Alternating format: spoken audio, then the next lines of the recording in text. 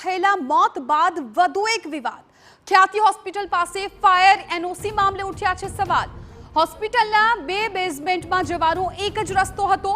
પાર્કિંગમાં જ્વલનશીલ પદાર્થોનું સ્ટોરેજ હતું। જો આ પદાર્થોમાં આગ લાગી હોત તો શું થાત એ સવાલ થઈ રહ્યો છે। સસ્પેન્ડેડ ફાયર કર્મચારી ઇનાયત શેખે ફાયર એનઓસી આપી હતી। મહત્વપૂર્ણ છે કે આ મામલે મોટી બેદરકારી પણ દાખવવામાં આવી હતી, કેમ કે પાર્કિંગમાં જ્વલનશીલ પદાર્થો છે તેનો જથ્થો પણ પડેલો હતો। તો આ મામલે ઇન્ચાર્જ ચીફ ફાયર ઓફિસરનું પણ નિવેદન સામે આવ્યું। મલ્ટી સ્પેશિયાલિટી હોસ્પિટલના દરેક રૂમમાં સ્પ્રિંકલ્સ હોવા જોઈએ। દરેક ફ્લોર પર પોર્ટેબલ ફાયર એક્સ્ટિંગ્યુશર હોવા જોઈએ। -2 બેઝમેન્ટ હોય તો વેન્ટિલેશનની સુવિધા પણ હોવી જરૂરી છે।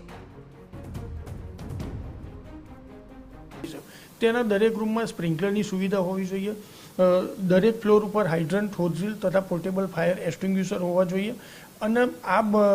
અને સાથે સાથે જે બેઝમેન્ટ કરું એમાં બેઝમેન્ટમાં વ્હીકલ દીઠ એક સ્પ્રિંકલરની સુવિધા હોવી જોઈએ। તથા જો -2 કરતાં વધારે બેઝમેન્ટ હોય અથવા તો -2 હોય તો તેમાં પોઝિટિવ પ્રેશર વેન્ટિલેશનની ફેસિલિટી હોવી જોઈએ, જેનાથી સ્મોકને ઝડપથી બહાર કાઢી શકાય। અને હવે અન્ય સમાચાર પર નજર કરીએ તો સમાચાર